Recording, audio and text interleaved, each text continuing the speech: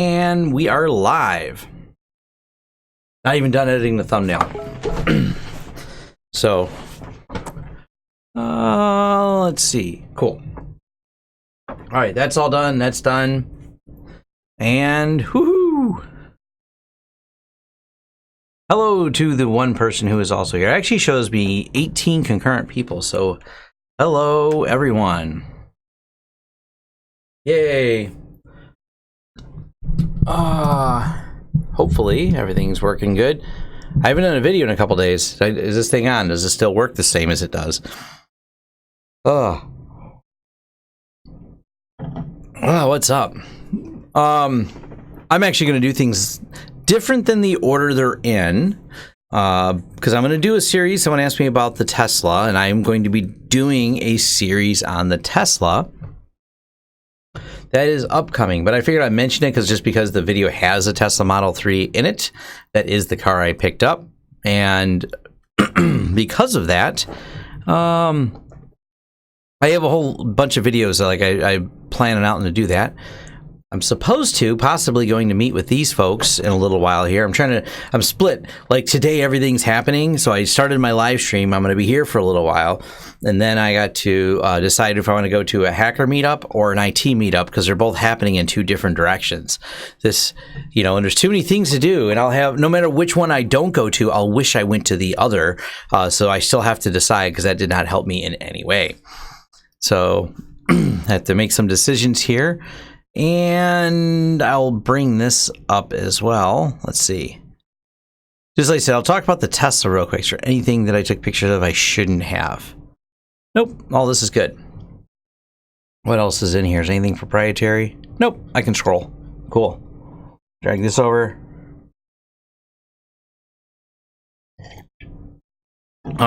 So this is what the car I got, for those curious. Like I said, I'm going to keep separate videos of this. I'm still going to post them on this channel, but they'll have their own little playlist for the Tesla. But I got a black Model 3, and it drove me home, which was pretty cool. Like literally, it's, you just tell it to go and it follows the road, and then it's in auto steer mode. So the magic happens. So that was pretty cool. Pretty neat. It is a lot of neat features, and there's a lot of misunderstandings I realize people have. And Chris, who has a Tesla as well, I had some great videos on it, and I found his very informative, but I realized some of the other people are not as well versed on how these work. So because I've spent a lot of time reading through everything, I will be producing a handful of videos on it. But it's definitely a really interesting car. It's really fun. It's a lot. I drove one ahead of time, so I already knew it was really fast and everything else. So it comes with asteroids, so it's actually it's got a few other games on it, so it's technically like a big expensive gaming console. So waiting on to make a Tesla PoE charger switch. There we go. I could go for that. And then, my son calls this the most expensive gaming console ever. So there's me, my wife catching me just kind of standing there like, huh, what? Then I was like pulling on the cord for, I don't know, reasons. Then I seen they had a Roadster in there, and I was like, oh, cool. That was kind of neat, too. Yep, that's all that. Oh, and this is not, I paid less than this for it. If you're wondering what the Tesla costs, I got it with the discount. This is what it was before the discount, and they took another $2,500, so it was like $49, $48 something. Their pricing is really interesting. You go to buy a Tesla, it's their site is so slick. It's just the simplicity of it. You go here, you go custom order, and you just pick the car you want, and it tells you the price. So it's kind of funny. They just updated the site because it did only offer black, and it was extra to get white. Now they offer white, and it's extra to get black. But you just do this next, choose a color. And I don't like the white interior. It comes with a white or black interior. You have to decide if you want the $6,000 full driving upgrade, and then you're at the price. That's it. $48,740. So done. Then they add taxes to it, and away you go. So yeah, it's they make it really, really easy to do.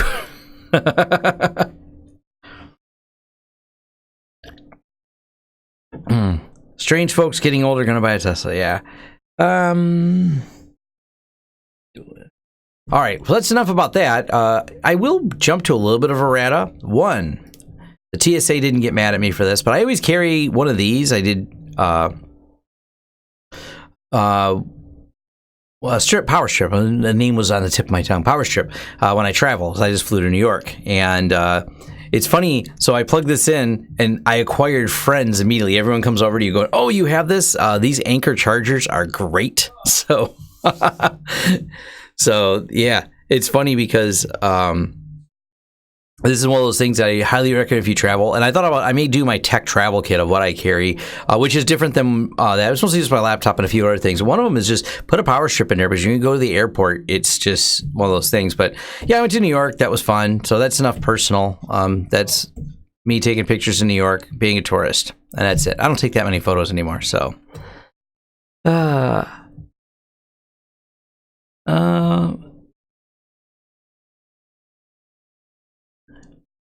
always need a power strip at the airport. Yep, for sure. All right, back to the other disaster that I dealt with. Matter of fact, I can pull it up in here. This is what I've been dealing with a lot. Now, I tweeted about this because I was so angry. I tagged Verizon in a tweet. I tagged him at an hour. At the hour 54 mark, I screenshotted again, because this is finally when we got through to someone at XO who was actually able to forward my clients' phones. And people are like, "Oh, get rid of XO." That's great. That has been the plan for a while. It's not like we don't want to get rid of XO for this client. This is a good project that we're going to do probably a video about when we're done, about how everything we worked together. Chris's team was great, as in Crosstalk Chris. We worked together to get this client set up.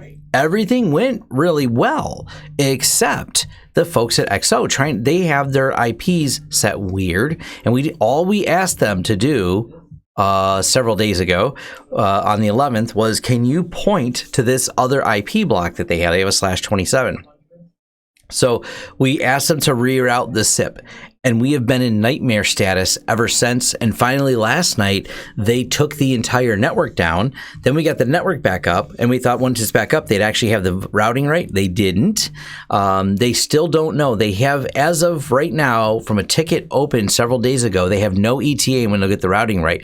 But I spent 2 hours on the phone for the client to get all of their lines forwarded to a new SIP number. So I actually had the time to register a new SIP number on one of our accounts, point all my clients' data, all of his phones to it, and then take his free PBX system and have it pull from my SIP account on the forward, and then reset up the caller ID outbound so it matches their name. So now they're paying for SIP from XO, which maybe they'll get a discount on, and paying through SIP through me, because they get a lot of phone calls, in order to make this magic happen.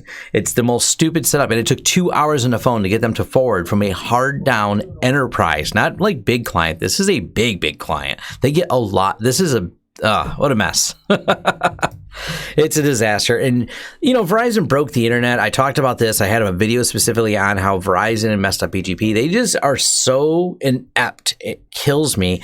I encourage everyone to run as far away as possible from them. Like, when it works, it works. But then when it doesn't, you're down hard, and there's no easy way. There's no workaround for this. We're scared how the porting is going to go when we're planning to port the number away. I don't know how it's going to go. I feel badly. That's how I think it's going to go. Like, will they stop the forward when we port? Because we don't even, like I said, we don't even know when they're going to point the SIP back at it. So this has been some of those nightmares. But this is some of the stuff that we do for clients, is making sure that for top to bottom that we do all of this. And it's just like, making sure we take care of the clients top to bottom, doing all this work for them, coordinating it. It sucks, but yeah, once you get it going on there. So,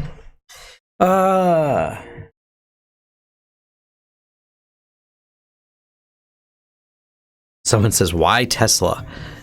Because Tesla makes a nice car. I don't understand it. Is it a question, maybe? It would be nice to have redundant SIP providers for a business. I'm thinking trunk failover, free PBX headers. Oh, yeah, we've got all that. The problem is they're pointing it wrong, and they have no way to fail it over at Verizon or XO. Matter of fact, their dashboard is horrifically bad and useless. Also, they have now closed different tickets, so they can't find the original way they goofed it up because even they can't find closed tickets easily. And when you close a ticket, there's no ticket history in the terrible, terrible dashboard for their SIP system. So, yeah.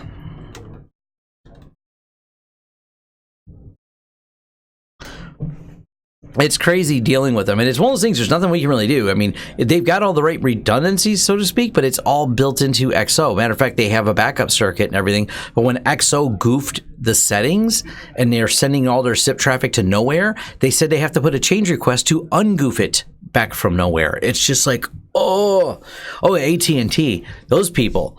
AT&T is just, yeah, that is, AT&T is a disaster. We run from them too. As much as I hate Comcast, they're not down very often, so we've been happy with Comcast. So, and honestly, we're with Vitality for our phone system. We've had no problems with them. They've worked great. There's a couple other ones out there that are pretty good. I've heard a lot of really good things about FlowRoute. Chris now has it in beta, his new thing. I think he's working on some type of SIP stuff. So there's other options out there, but there's the now and there's the what we're going to do in the future. Those are, things you have to deal with. And kind of related, someone says, hey, Tom, why don't you have more DNS servers? Because I tweeted about the DNS servers being down. And then someone said I was an idiot because I kept all my DNS with one company. And I'm like, nah. FlowRoute, that's the other good one. But the DNS problem we had, when the head-end DNS propagated the wrong records and said there were no records available for a whole bunch of my sites, that was where the problem came in.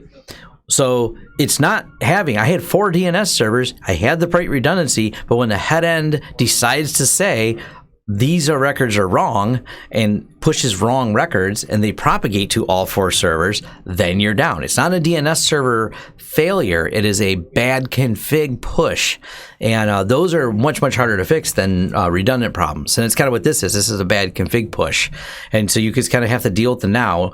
And it's one of those things like, I could have this amazing redundant array of servers, but you push a config wrong, it will then propagate across all of them and it sucks. So, what are you going to do? Pixel 3. So I still have Google Fi for my phone service, and that works really well for me, too. So, we are going to be doing a video, too. This is my, that's Corey and Steve drilling into the back of the building, putting my charger in for the car, in case, if you've seen those photos.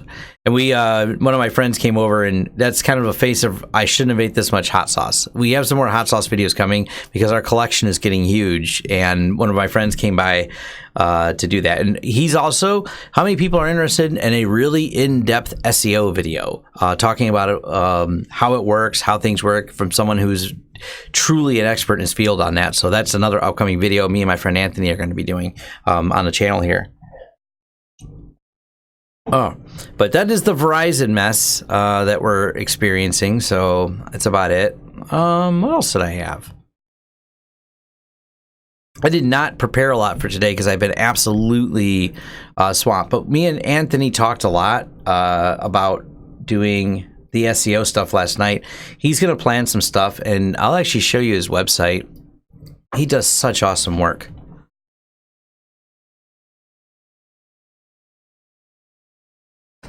So his company is Amber Detroit, and so snazzy website. Let me move my head back a little smaller. Snazzy website, of course. They do high-end web development, but you may have heard at least of. I know a few of their clients, but you might have heard of this company. So StockX, this is one of their clients, and they help do all the flow and design for this. So they've been involved in some really big projects for some big companies. This is one of them that is a big news here in Detroit. If you haven't heard of StockX, we'll pull them up real quick. But Anthony can talk a lot about what he does for them, and then we're going to talk about how that works. So let's see. Yeah. Here's the latest news. StockX, Detroit's newest billion-dollar company. So they came out of kind of nowhere doing this, and it's a pretty they're a pretty big deal here because it's, you know, small startup. They've had some big investment, and they're profitable, doing really, really well. So it's pretty neat. Any episode about OMV? What's OMV? I don't know what OMV is, so I don't know. Video on setting up a DNS server. I don't run any of my own DNS servers. It's way easier to Open Media Vault.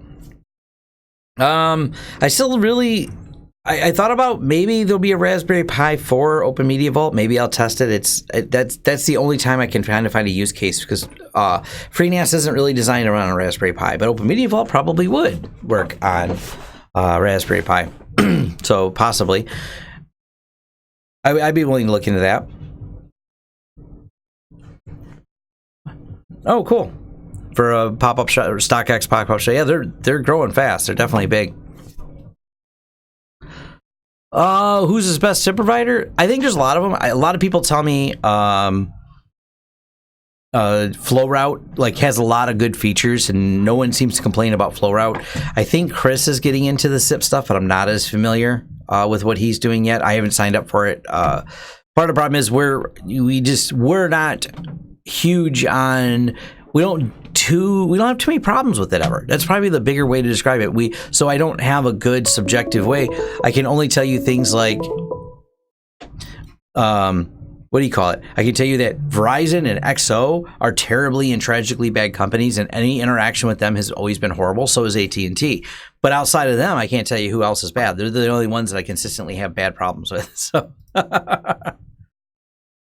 And this is the thing, I see someone saying call-centric or another one. The problem is there's so many of them that, like, even we're using Vitality. Works fine, no problems. Like, I've never had a problem. We ported over and everything has gone fine since the day we ported. We just have no interaction with them because it's, when you do the company right, no one knows who you are because no one's talking about you. You're just some company that provides phones. They've provided phones consistently now for us for 2 years with 0 incidents. I remember looking at the errata. One time they had, like, you couldn't call Colorado for an hour. That was, I think, the entirety of their tickets. I will be doing some hacking on the Tesla. We'll just throw it out there. That will be what part of the videos are. Me and Xavier specifically are going to be doing some targeting on it and doing that. So we have some specific ideas we want to do that. So that's definitely on there. So yes, the RFID tag is really interesting on the Tesla. We'll bring that up. Tag.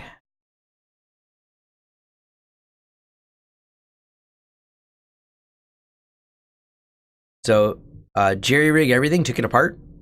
Actually, a few other people have too, and made new versions of it. Like, this is the chip and this is the antenna for the chip. So yeah, they're pretty cool.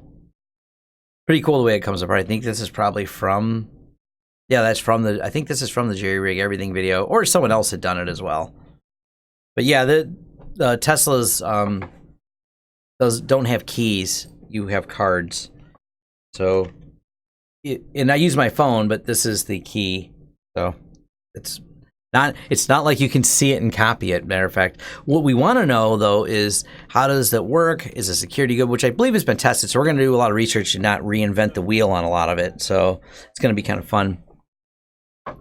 Yeah, me and Chris left to play chicken, but it's a long drive. Me and Chris live at exactly opposite ends of the United States. So it is, how far away is Chris? So let's go.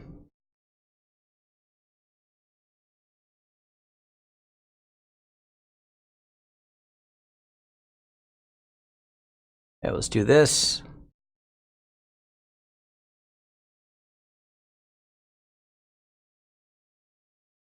Oh, we want what directions? He's in Oregon.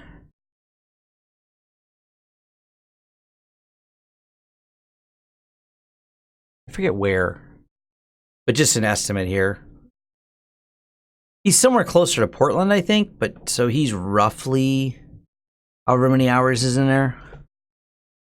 Yeah, 2,400 miles. So it's he's a few thousand miles away.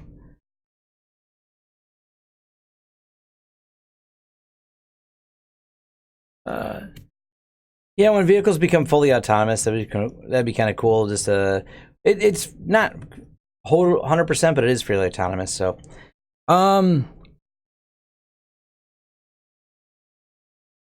no, you can't have your tablet in both VLANs. That comes up.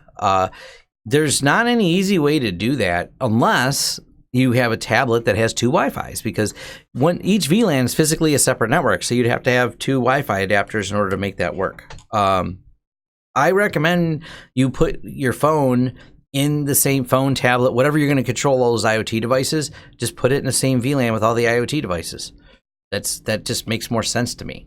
So, I don't know. Up to you, but that's the way to solve that. MDNS repeater, good luck. MDNS repeating solves some, but not all problems. You'll find people that have Sonos.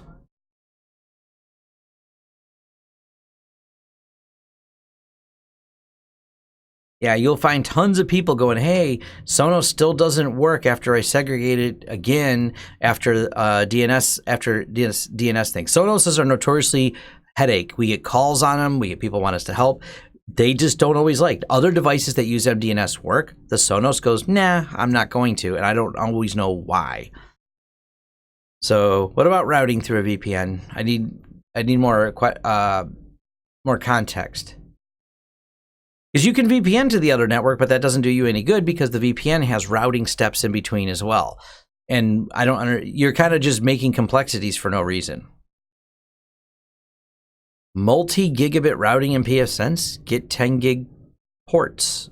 So that's my advice. Buy a NetGate with 10 gig ports in it. Proton VPN? No, I plan to stick with PIA VPN.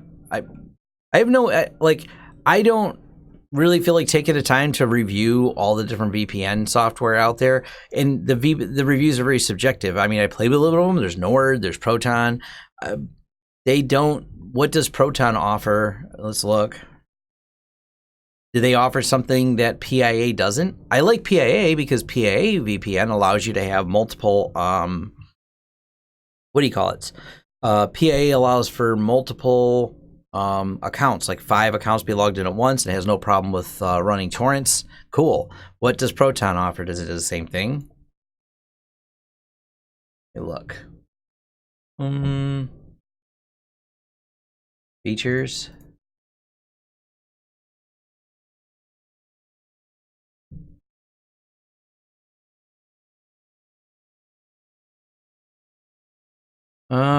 Two devices, one devices.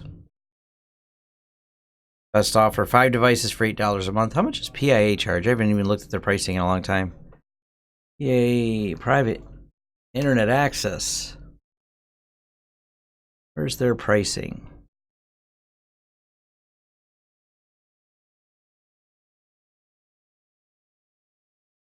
So if you get $5.99 a month, if you prepay for a year, $3 if you prepay for 2 years on PIA. So, yeah, I don't know.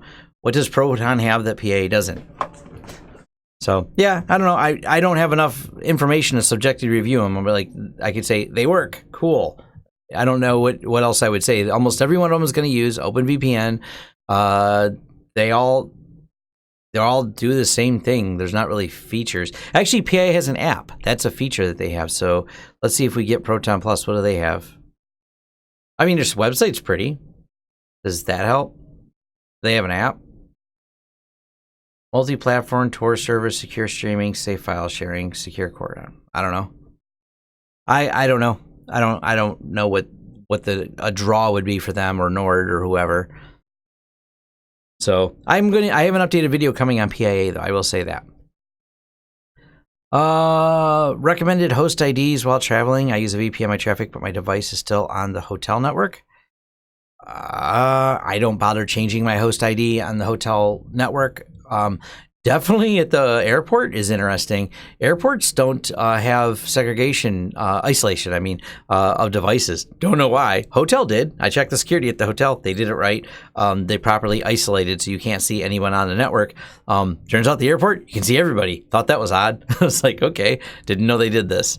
You could kind of see everything else on the network and all the devices connected. So, but I don't worry as much about it because I have my it's running Linux. It's locked down, no ports open, firewall up. There's nothing inbound allowed into my laptop. I don't share files off it, so I don't even have it as a service installed. Samba's not even installed on my laptop.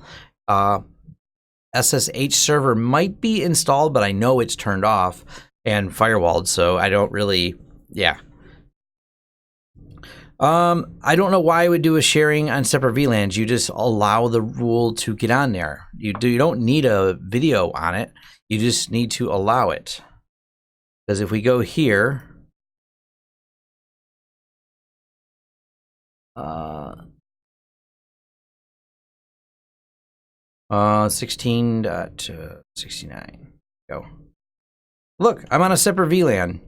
As long as you have a rule that allows you to get over from one network to the other, so my LAN allows to this particular VLAN, and as I said, I have a whole video on this, as long as you're allowed to go from that network over, you can get to the things on it.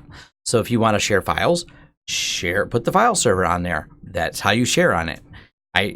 I'm not sure what I would do in the video that I didn't cover in the video I did. I mean, I'm willing to do a video on something if it helps explain a topic better, but I don't know what the topic is I'm missing. If you put a Synology, FreeNAS, whatever file server your choice on the VLAN, things on the VLAN can get to it, and things on the LAN, the other, like your main LAN, I guess it depends which VLAN you want, but you can do both. Or you can create rules so certain devices can get back over. It's all in the rule creating. Let's see. Yeah, scanning. Scanning is okay. You can scan. There's difference between scanning, like doing an ARP list.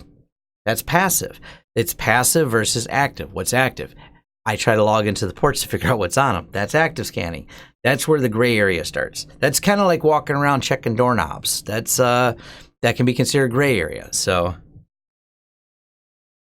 when you start looking at the ARP requests and you realize all the other devices around you are ARPing, you're like, I shouldn't be able to see any of this. I should be isolated from all that other network. That's when things pop up in your head. You go, hold on a minute here.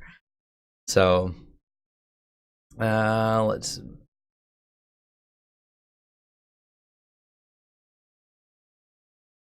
All right. So what do we got here? 710's a 2x4 core, 610, 710. Oh, okay. I'm just following up all the questions here. But everything will be okay. I kind of couldn't turn down the Dell. Oh, yeah. Some of those used Dell servers you can find for really cheap. They're great deals. They're workhorses, and they're easy to get parts for. It's one of the reasons I like Dell. Yeah. But why to have VLANs when you connect between them? That's a good question. I asked that question to people. Some people, we had someone who started with, they wanted me to create them like 22 VLANs. I'm like, they wanted every device on its own. And I'm like, this makes no sense to me. But we'll do it because you asked me to. I don't understand it from a security standpoint because they had to have implicit rules for each device to talk to another device. And yeah. Yeah. So lots of people asking VPNs, but the video about DigitalOcean VPN is just as good, if not better. Yeah, I did the whole thing on the DigitalOcean. So if you don't want to pay Proton, you can just use DigitalOcean as your own VPN and screw whatever rules Proton and all these other companies have. Just use DigitalOcean. Absolutely, you can do that. So not a problem. That does work. That's why I did that video, because a few people had asked me about that, because one of the problems you run into with VPNs is you are sharing the number of IP addresses they have. When you start sharing the IP addresses with them, well, if someone does something that blacklists that IP and you're coming out the same IP, you get on the blacklist too. So you're like, yeah.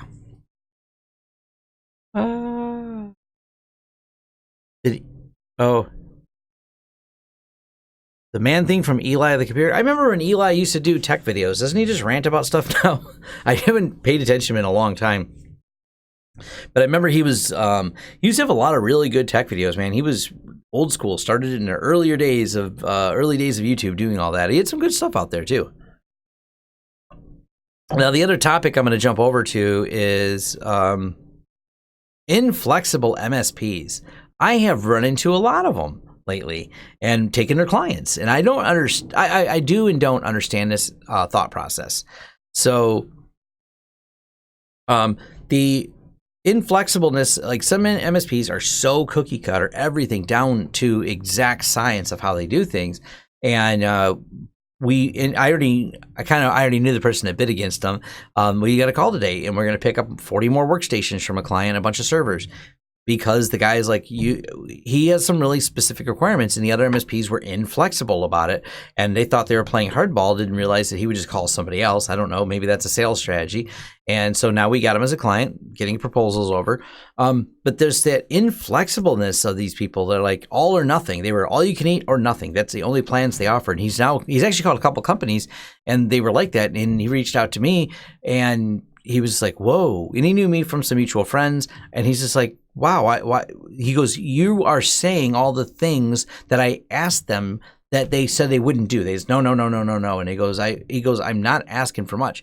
The nature of his company means he's got more workstations than 40. He only wants to cover 40 of them. The other ones are on a separate network and are used for a lot of training, and they didn't want to give him a break on the training ones. They wanted to include those. He's like, no, we can just erase those. There's all kinds of little nuances to the way he's doing his business. And we said, oh yeah, we can work with that. And he's like, great, this is wonderful. So right away, he's already happier just from a phone call with us and ready to get a proposal, because he's like, these guys are inflexible on stuff. And we're seeing that more and more. Like all these people double down. You can only use this. Like, I think I brought it before, but one of the people I met, he's a salesperson. His company does Datto, and that's it.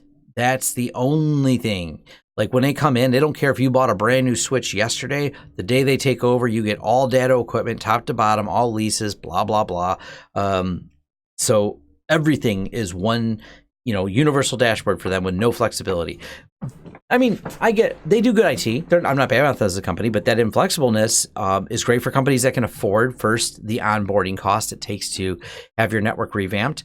Second, you do get good service because they only have one type of thing to look at. It's only one, and that inflexible nature means their support staff don't have to know how a Ubiquiti switch or a Cisco switch works. They know just how one switch works, so now you can have a staff that's versed in a single topic. So, I mean, I get it from some of those standpoints, but I don't think the world really works that way. But I figure there's enough business out there that they seem to be doing well, and I'm doing well taking clients that don't fit their business model. So I think there's enough going out there. But from a starting out standpoint, the inflexible nature of some people is kind of crazy. Let's see. Following up with some of these, a lot of messages going. Am I back on Pop! OS? My desktop stays on Pop! OS. There's some problems with the way sandboxing works. It messes with my video editing, so I just leave Pop! OS on my desktop. Video edits better. All the multimedia stuff works better. They use a jail system and a sandboxing system inside of Parrot. So you have to constantly let things out of the sandbox to make them work better. And that's more customization than I feel like doing every time I change something on OBS, which I'm streaming with right now. Or if I change something with Caden Live, I'd have to then edit some of those. And I ran into weird problems. I don't edit on my laptop. I don't plan to. Got to get the phone out of here. I don't plan to edit on my laptop. So, yeah, it's really not much of an issue. So I can leave Parrot on there. And I love Parrot. I'm probably going to do another follow-up video on it. Let's see. They didn't. Last start, find another job. Whatever happens first. Working on contracts, my offering. Having your offering clear is huge.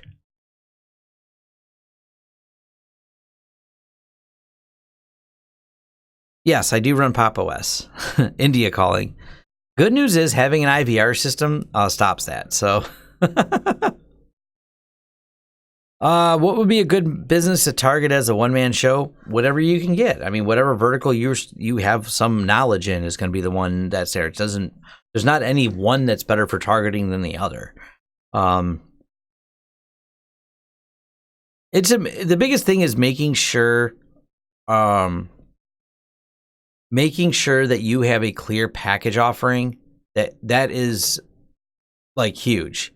Making sure you know what you have to offer. You can answer the questions. You have a package, a presentation.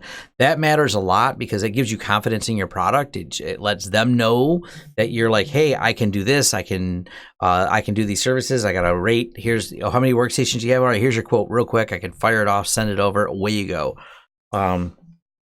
The other thing is making sure it's not talking over the client's head. I just met with another doctor's office yesterday. We're going to be taking over an MSP plan for them, but we don't talk over their head. We have a really short list, and it's on our website, nothing secret. This is the things we offer. Boom, boom, boom. Cybersecurity monitoring, antivirus, web filtering. We take care of it. It's all automated. If they ask more questions, cool. I'm more than happy to do it, but if they don't, so I don't.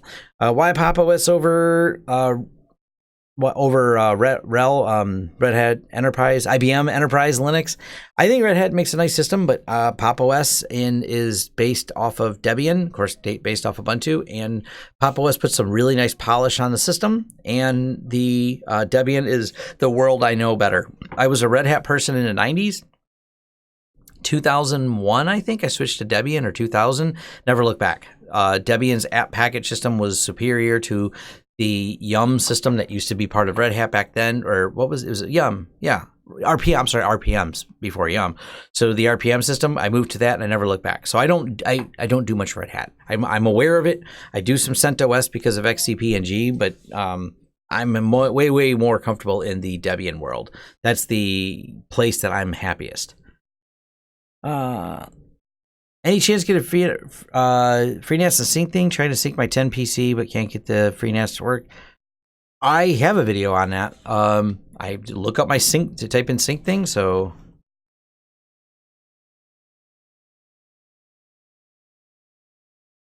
go here.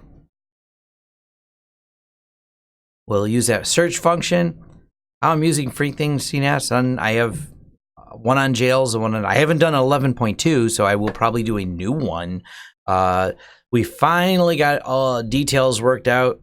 Finally, I think they were finalized last week, but we didn't. I've been so busy between traveling and the client nightmare of dealing with Verizon, and just we've had so much work come in lately.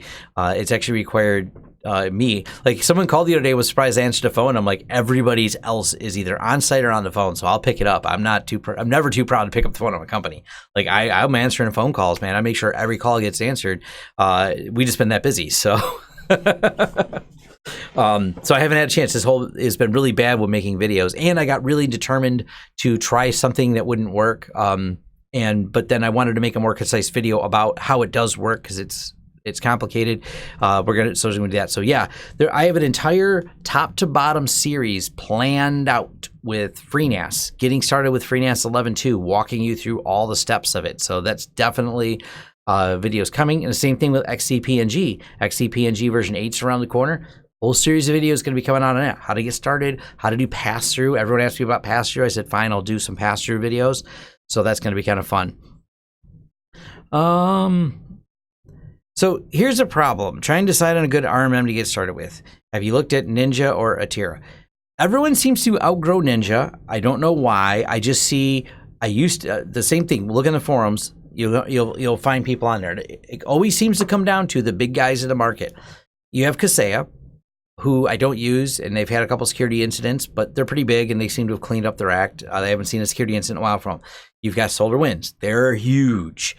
You also have ConnectWise. And here's the part that's going to blow your mind. The two biggest ones, ConnectWise and SolarWinds, are both Thomas Bravo companies. They're owned by they have the same venture capital firm funding both of them. So, they're completely different products, but I thought it was funny they have some of the same investors putting money into them. But I don't know. I like SolarWinds. I mean, I was unhappy with them today when we were auditing our bill because, not that they did something wrong, just we didn't like the way the onboarding fees are for a couple things. And I know someone says, well, that's what made me switch to another one. But I see people switching from ConnectWise over to SolarWinds, and from SolarWinds to ConnectWise, and from Ninja to one of those two all the time. So I don't know. I like SolarWinds. I stay with it. It works. But yeah, it's one of those things, like, you got to pick something. And whenever I see that thread start, like, oh, I'm switching away from XYZ company, it's like, oh, who's going to disappoint you next? And I've actually watched some people hop a couple times. There, at some point, your time is hopefully worth something. And if you spend all your time hopping, the reality is payroll is so much more than SolarWinds. Once you start building your company and put a staff together, payroll, that's the SolarWinds bill. Yeah, we got around to auditing that later. Payroll, whoa, that's where the money's at. They cost more than SolarWinds. What about Unraid? I have no interest in Unraid. Someone else does videos on Unraid. I have zero interest in it. I'm not going to learn it. I have no use case for it. There's my answer on Unraid. It doesn't do anything that I can't do in, well, it probably does have a couple of things FreeNAS doesn't have, but nothing I'm interested in. I don't think it's a bad product. I just don't have an interest in it. So, is there a solution to pass through NVIDIA GPU? I think there is. I've never tried it. I don't know if I'll do NVIDIA pass-through on it or not.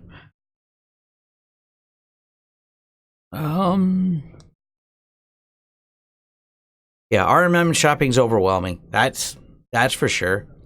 Just the flames I get thrown at me for the firewall video because I didn't cover every firewall. Do you know how many firewalls are out there? Like, I did like 5 of them in a video, and people are like, what about, and then insert 20 different names. I'm like, yeah, I know. And I was actually talking to someone who contacted me because they were trying to come up with a concise list. They watched the video and they wanted to know if I wanted to do more.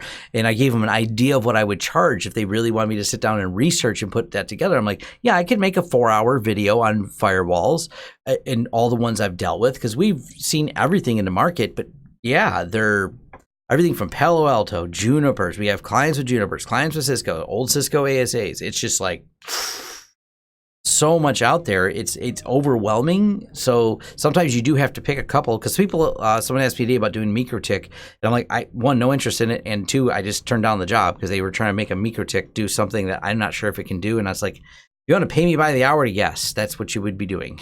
I was honest with them. Yeah, I've not used Continuum. That's the thing. I've only used SolarWinds. I've looked over the shoulder of people I know, other MSPs that big ones that use ConnectWise. Looked over the shoulder of them. They seem to think it's overly complex. Their techs don't seem to like it. The bosses do. That's been my thing. And I know that, like, configuring it, everyone says it's a beast to configure ConnectWise, but ConnectWise is also more than SolarWinds. They have a lot of things and a lot of bells and whistles they can do in there. I think people tend to overthink it more.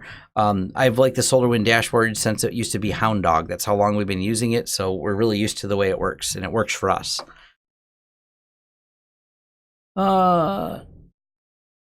Did a guy get you to make it so simple? Yeah. I don't. There's nothing about. Yeah. I think with SolarWinds we use the Bitdefender with it. So yeah, Bitdefender's good, if that's the question. I see Bitdefender question mark. It's good.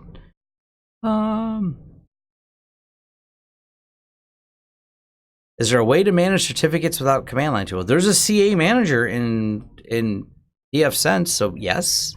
I don't know what certificate you're trying to manage, but there is a CA manager in it, so I'm going to go with you can do it through the UI, if that's what the question is.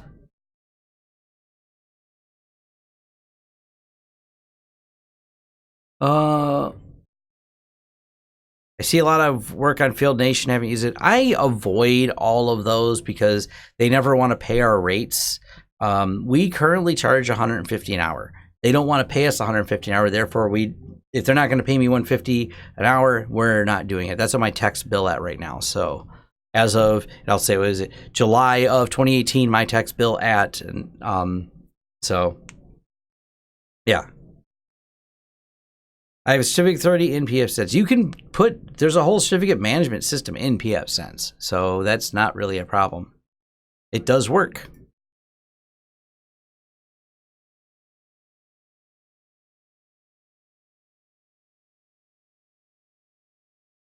So let's see here. What was I going to do? It's going to pull something. Firefox, that's what I'm looking for. Because I have something I'll show you before so I'm not going to keep this live stream going forever. I have a few things I got to go do. But it'll also show you that One, there is a CA manager in here. Cert manager, hey, look. And guess what I'm doing a video on tomorrow morning, or maybe even today, depending on how inspired I feel. Let me move my head out of the way. PIA. So I have their certificate imported in here, and you can just import a cert. So it's really not a big deal.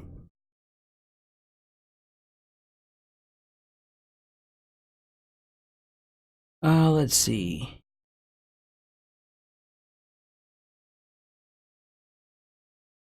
Standalone certificate management and communication with OpenSSL. Yeah, I don't know. I use a cert manager in here and it works. But this video that I'm working on, it's not finished yet. Rules. Okay. I think about what I'm doing here. Let me edit to give you guys context for what this is actually going to be.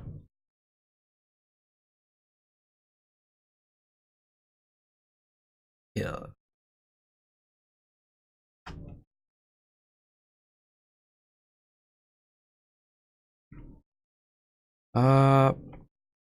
Route only. So you may have heard of doing VPN kill switches, and that's what this is part of here. So what I'm doing is building it so when you're here, you have OpenVPN set up, and you have the client set up. This will force it so certain devices route outside the VPN, and then we have the other rule here. And this is the part that's tricky to do, is to create this rule that will do route only via the VPN. So if the VPN goes down, those devices drop. And that's, a few people asked me about that, and I'm like, I haven't done a video on it, so I thought I would. It's a tricky type of routing, but it's tagged routing. And the way I'll show you how that works real quick, it's going to be more in depth in the video. So here's the two different machines. I want this machine to route over the VPN, but not route when the VPN goes down. So you add a tag called, I typed in VPN traffic. It's arbitrary. You call it what you want. And then you create another tag in the rules. So we go to rules, floating. And then we use this rule to take, not add a tag, but use this tag to shut them down if it's going on there. So I'm doing a very specific rule. So, hey, if it goes here, block. It has to go out the other one. So that is a... it's a way to shut down the VPN and make it do exactly how you want it to do. So it works really well. I'm going to get in depth on it and cover some of the more advanced firewall routing rules for there. Any ideas for firewalls for my clients? I don't want to use Netgate since I live in Norway and it's challenging to import them. I don't know. I guess, Lars, the question is, what isn't challenging to import into Norway? Maybe that's a better place to start. I don't, that's not an answer I have at all.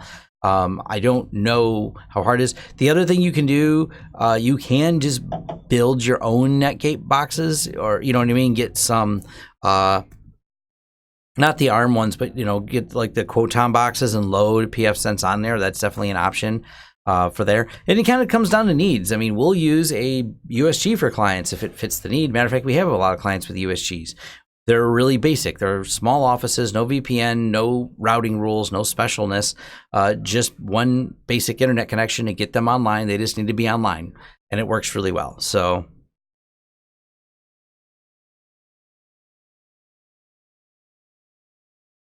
yeah, I like pfSense for the same reason. It's got everything in there. So if someone says, I want a VPN, I want this, it's just a command to turn it on and away we go. So... oh, SonicWall. I loathe dealing with SonicWall. Those things are a headache to me. I really dislike them. Does SonicWall require a license for everything as well? I think they still do, so...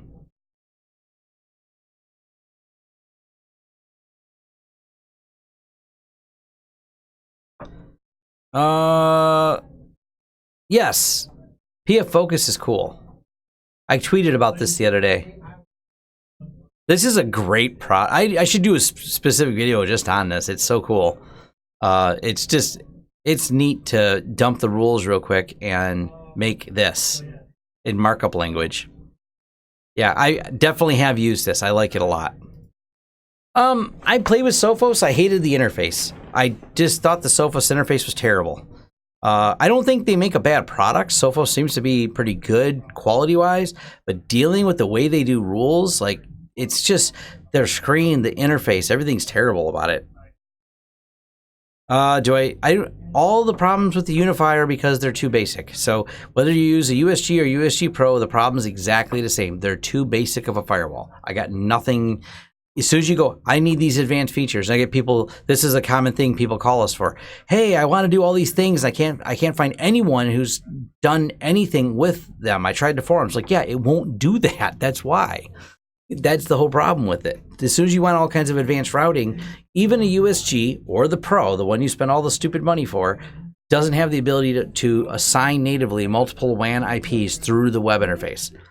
You can get a cheap router that does that. Like, that's a basic feature, and they have just not gotten around to it over at Unify. Don't know why. I'm not picking on them. Well, maybe a little bit, but it's the problem with their USGs. It's not an insecure product. It's just a product that doesn't have a lot of features. So Sophos actually, I like Untangle a lot too.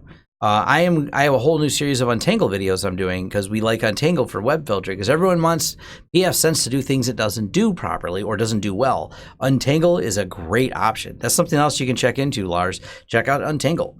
Like it. Zyxel, they're okay. Zyxels, I've used them. We have a handful of clients with them. They seem to be functional. No problems with them, but we're not doing anything advanced with them. So they're just there. Untangle is good. So what else we got? Unify Video. Yeah, we took that all off our website in terms of selling it because we still don't know what they're doing. You can only get Unify Video.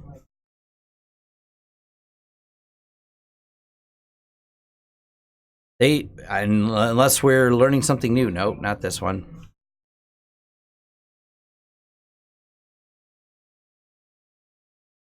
There we go. So cool, but all these fancy cameras, and then this. This is it. Manage cameras with the all-new Gen 2 Plus. I like the Gen 2 Plus. I think it's great, but it's a single drive system. That's not good for people who want to run 20 cameras. How do you fit a single drive system and then sell a G4 Pro 4K high-res camera? That's a great camera. The picture quality is nice, but... So we have the Synology video we did. I recommend the Synologies. I think they're great for doing NVR. So if you're starting a new NVR, just go with Synology. That's why we did the video on the surveillance station. We have some follow-up videos on sites that we've finished and installed and done, even some long-term follow-up ones. So we like them. We've been really happy with all the Synology stuff that we've deployed. It's all just worked. It's been very, very headache-free, so that's great.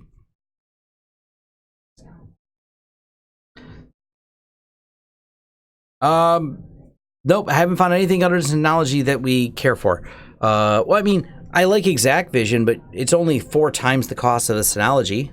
We do like ExactVision, so we think that's great. But ExactVision we use on some of our enterprise clients, expensive. It's just not cheap.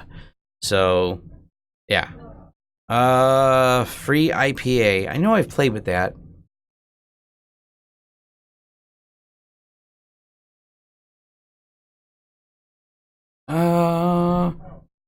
Yeah, I've looked at this, but never really. No, I've not done anything with it. It's neat, but anyway, I remember being complicated, and I got over it really quick. It wasn't that interesting to me. Yeah, ZoneMinder is an open source challenge. There's another one out there. There's a couple of people out there trying to work at them, but they're all they're not very complete. The Synology one at least feels fairly complete. It works really well. It comes on with a reasonable licensing fee to get the server set up, and it's a server that can do more than just NVR, so they can get a system that's both their NVR and covers their file sharing or some other basic usage. So I kind of like the Synologies. Like, it just works really well for that. So yeah, and you can buy even a 2-bay Synology that will run the NVR. So it's kind of like if you have an inexpensive solution you're looking for, the 2-bay one's pretty cheap, and throw just a couple drives in there and it comes out cheaper than building it out with Unify. And you know, I looked at I got to do a review on them still, but the PTZ cameras, some of those are really inexpensive. You can get a really good deal on some of them that have good quality and have PTZ. You're like, cool, I can move the camera, get a position where I want. And we've used some of the Reolink cameras. We just put those in for a job. Those are inexpensive and great quality as well. So license per camera with Synology, they start at like $50 a license, I think, and go down as you buy more of them. So one-time license, and they transfer to your new Synology. So if you replace your Synology, you don't have to replace the licenses, they transfer over. So yes, it does have a license. Wish they didn't, but they do. Whatever, there's probably some fee inside there that they're paying for some developer, but it works.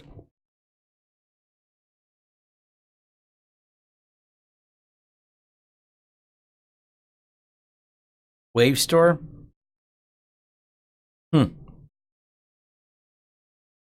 I don't know what there's a lot of them out there. Like I said, we're using for some of our commercial clients this, but this is expensive. Like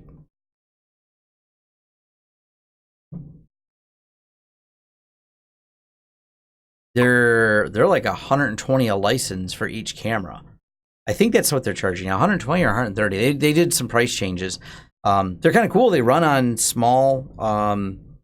It's a pretty good coding, I feel, because it doesn't seem to be too CPU intensive. It works well, but yeah, you're gonna pay for it.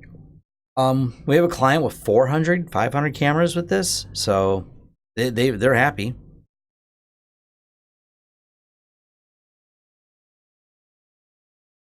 Try VI monitor.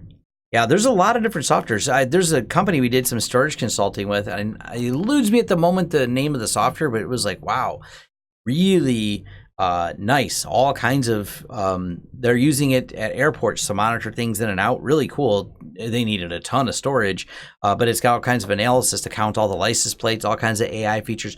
Really neat system, really pricey system. So made a big difference.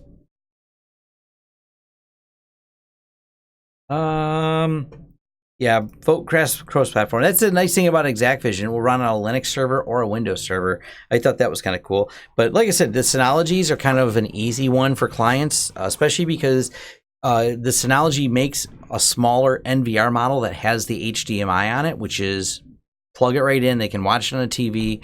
What is it? The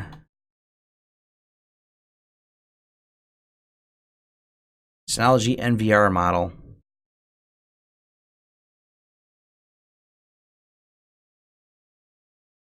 Yeah, up to 12 cameras, comes with some licenses. Comes with 4 licenses already. So that's actually a nice thing about this one. Why am I on CDW? Whoops.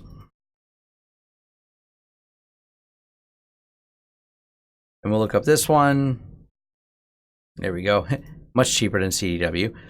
$199, 2-bay, and I believe it comes with 4 camera licenses on here.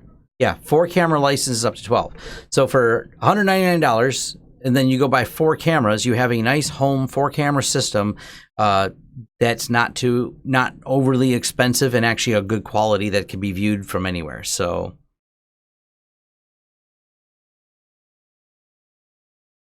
never use Glasswire Firewall.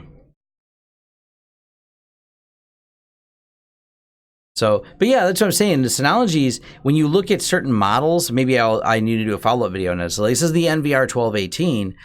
And by the way, if you didn't notice, that's an HDMI port on the back of it. So here you have all the things you want. You know, you can put 2 drives in for redundancy or just 1 drive, because think about it. If you're getting a lot of your basic, like those cheaper NVR kits that have no support, never get updated and always get hacked, and weird viewing software, those ones usually just run 1 drive, but this actually has the ability to run 2 drives inside of it. So this is obviously targeted for like a small 4-person office or something where you don't need a lot of cameras, or you're looking at a small home. You're like, hey, I just want to watch a few things around my house. Here you go. You have the ability to plug it in HDMI to put a monitor on it and watch it. You have 4 cameras that you can hook up to it without paying a license fee. And if you look at these Reolink cameras, some of them, which ones do we get? These are the better ones. Let me go to my Amazon account, because it'll pop up. Link. I think it showed up the ones. There we go.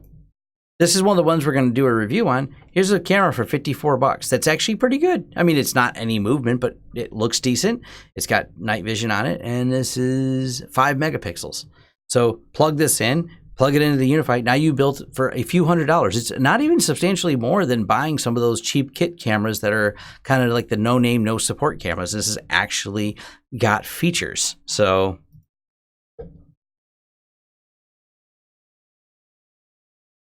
I'd suggest you not build a system 40 plus 4K Ubiquiti NVR, because they've deprecated the UniFi software. So I don't recommend you build it. But hardware, build something, I don't know, get a new Ryzen system, build out a high-end Ryzen and get a flash array for it, because you're talking about 40 4K cameras. You need a really fast array. So build something beefy. I don't know. Get something really high end. That's going to be a lot of data, but I don't suggest you build it with a UniFi. That's like I said, dead on arrival. They've quit supporting the UniFi videos. Well, they haven't quit supporting it. They quit updating it. Feature updates. It gets security updates and bug fixes. That's it. So we've seen some new iterations, like cool, some bug updates, but they're not adding features to it. They're pushing everything to Protect. And I don't know what they're going to do with Protect. Like, it still only runs on the tiny little cloud key. So whatever. I did the video on the standard PF Sense config. That has been done. I just did it. So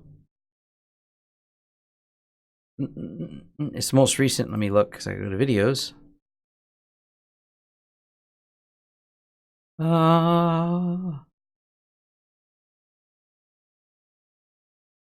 Here we go. Talk about building out a small, I say it right, office design network planning with VLANs, LT rules, and IoT guests, and UniFi and PF Sense. This is that video. So hopefully this helps you there, Zaid. This is the video I was talking about. So far, 27,653 people have discovered this video. So there you go. Which camera system is this for a 40 plus 4K camera system? You can look at the Synology. They make systems that scale to that. So that Synology is an option. So is the XactVision. And I haven't tried, but a few people had a few other suggestions up there in the comments. But ones we've used, because we have like a 300 or 400 camera system on XactVision with one of our clients, and they have some smaller boxes as well. They work great. That XactVision seems to handle the high-end cameras quite well. It hasn't really been an issue.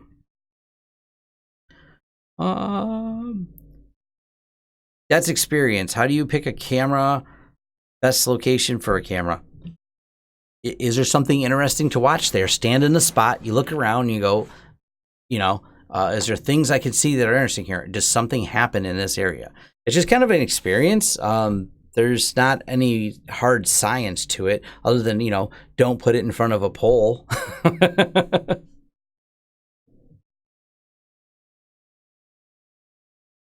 Yeah, it's a lot of planning when you talk about it. Well, so 4K stream.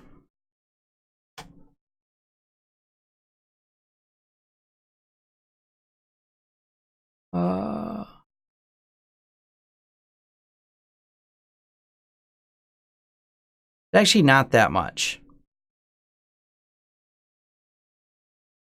There we go. I don't feel like doing all the math on it right now, but you can calculate NVRs and figure out exactly how much the frame rate is pulling. It's not that much. I don't think you need a 10 gig. You got to figure people do 4K streaming and they don't have 10K pipes. And there's 3 TVs. Granted, you're talking about 40 cameras, but the way the cameras work, they're not it's compressing it a lot, and you're generally only running them at 15 or 10 frames a second. So they're not running at full rate. So right there cuts off half of the bandwidth. I don't think you need a 10 gig for it. Hey, 10 gig's great for future growth. If you can afford it, put the 10 gig in, but it's not always necessary. Hey, if it's an interesting poll, put the camera in front of it. So you put the camera in front of what's interesting. There's my guidelines for it, as cheesy as that sounds. Yeah, point it at all the expensive stuff or where people whack into things. We talked to the client like, hey, where do you have a problem? He goes, oh man, there's always accidents in front of our building. So now we put a camera in front of their building. Actually, so.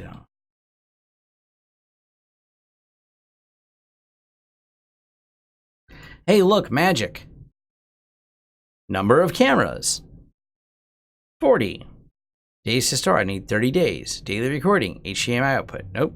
Bit rate, choose your different bit rates on there. Frames per second defaults to 10. Resolution, 4K. Recommend. Hey, there we go, magic. Yes, they do, because obviously they start with, if you want to do this is up to 75 devices. So there's the first one they start with, the disk station here. High performance NAS server, flexibility, but maybe you say I need something a little bit bigger. Go over to here, go with the rack station. There you go. Now you have an entire powerful storage solution. So yeah, I mean, if there's someone dancing on that pole, maybe that's where you put the camera. I get it. Like there are interesting poles out there. So, so yeah, you can use a Synology calculator because it can be helpful for both figuring some of that out. But yeah, it tells you the bandwidth needed, 960 megs of bandwidth. So yeah, 40K cameras is going to be at the edge of the bandwidth on there. So make sure you got proper backhaul. You probably have to bond some lines together. So yeah. Oh man, 11'8". Yes. Yeah, this is optimal camera placement right here. If you haven't been to 11'8", this is so great.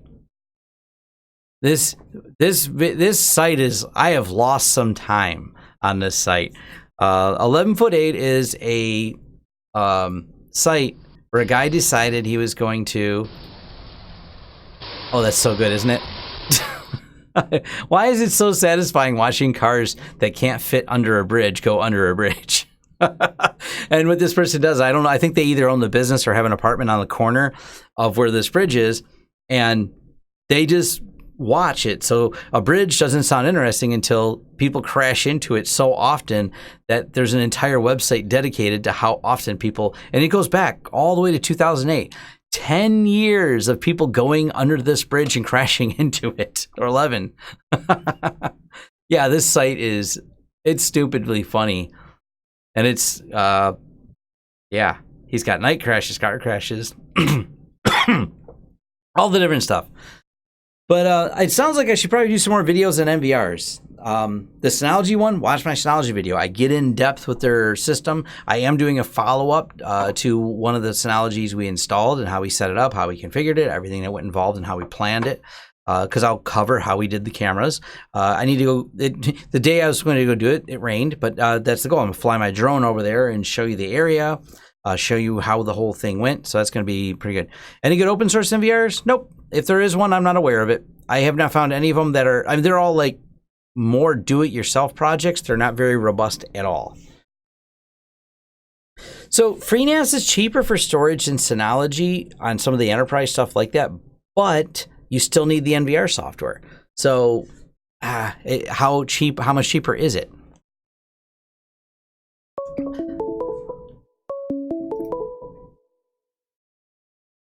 So nonetheless, I got to jump off of here. Yeah, I got a couple things to go. He's messaged this person. After I'm off the phone, I will call him back. Good news, it's not an emergency. I know it's just a job getting completed. So it's stuff I can get there. So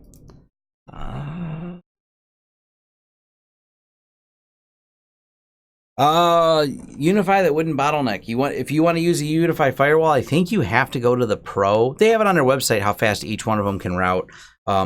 My preference is probably to go pfSense or Untangle for that, but it's up to you. It all depends on what features you need. If you don't need any features, go with the Unify.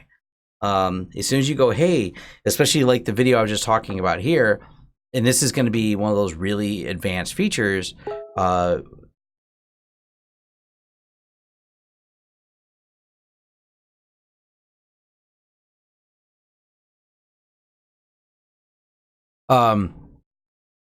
When we cover how we do the VPN, how we do custom routing and everything else, that is really going to be like something that's real advanced that you just won't find in a lot of the other firewalls. Untangle can do this selective policy routing, and so can pfSense. But this is not a feature a lot of firewalls have. This is going to be, not stretching limits isn't right, just showing the capabilities and showing what the system can do. So that's going to be a fun video, and I'll have that coming up soon. But that's about it for now. I do have to get going. I have to go figure out where I'm going to be next, if I'm going to the hacker thing in Toledo or the friends thing up in there, or finishing installing this, because we have to finish this project too. I got to video some of this. Got to finish drilling in the back of the building. This is what that's what it looks like when you drill a hole in your building. I got to finish all this too. That was going on earlier. We have to get all this done. So no, PF Blocker won't block YouTube ads because they're embedded in Stream. Matter of fact, as more ads become embedded in Stream, it's going to be less effective for PF Blocker. So awesome. Great chatting with all of you. Thank you for showing up. Continue the discussion in the forums. I always try to push people there because it's a great way to carry on the conversation. There's going to be a check out our sponsors page. I want to bring this up again because I hate to do this to you. Well, I don't hate to do it to you. But one of the things we're trying to do is not have me selling, Audible and Casper mattresses or whatever it is, the thing that I hear everyone's selling today. I'm trying to keep things going. If you can hit our partners and affiliates page, we have a lot of offers. Some of these, including our friends over here, we have the store at Teespring, so we have more shirts. If you want shirts, we have. If you just want to throw money at us, please, that's great. We have Volta chargers. We have an empty box. If you're lonely, fill this box out if you want to be there. These guys, Tech Supply Direct, they have a coupon code for LTS services. So when you're buying over here, you use that coupon code, they give you 10% off. So yay! Definitely pretty cool. What about Pi-hole? I have a video on Pi-hole already. It's updated, but it hasn't substantially changed. So Pi-hole is still Pi-hole. It's still my video on it's still relevant. Yeah, you should try a purple mattress. Purple mattresses are great. Yeah, I know. I'm trying not to be one of those, but it does take a lot of my time doing these videos. I do appreciate all the people that hire us, but there is a diminishing return for the number of hours I put in there where I have to, make a few dollars back and stuff like that. So check out our sponsor. Excuse me, got hiccups now. Check out our sponsors. Here's our PAA. If you're interested, we have an offer for this. If you want to sign up for PAA, if you don't like DigitalOcean, we have an offer for Linode. We still use iDrive. Check out the Hostify. I'm going to do an interview with him. That's a great product. Google Fi, sign up for Google Fi. I'm going to do an update on this because there's been some changes on Google Fi. I'm going to talk about what I like. Check out Invoice Ninja. We got this here. Invoice Ninja is still great. I got no offer code for Netgate. I just like them, so I put them on here. But nothing can block the embedded ads. Sorry, you're not going to. It doesn't matter what you do. You're going to have problems blocking embedded ads. That's just life. And as more companies go with embedded ads, you're going to end up with more ads. There's not much I can really say about that. So, all right, I'm signing off. You guys have a great time. And thank you for everyone who joined me for the last hour of Tom Babbles about stuff for Vlog Thursday. And thanks. Yeah, I will update on Google Fi. I was going to talk about, there's been some good stuff happening. I really like the new Google Fi system. It's great. So, and as I've traveled more, I can also add more places that it worked flawlessly too. So, all right, thanks.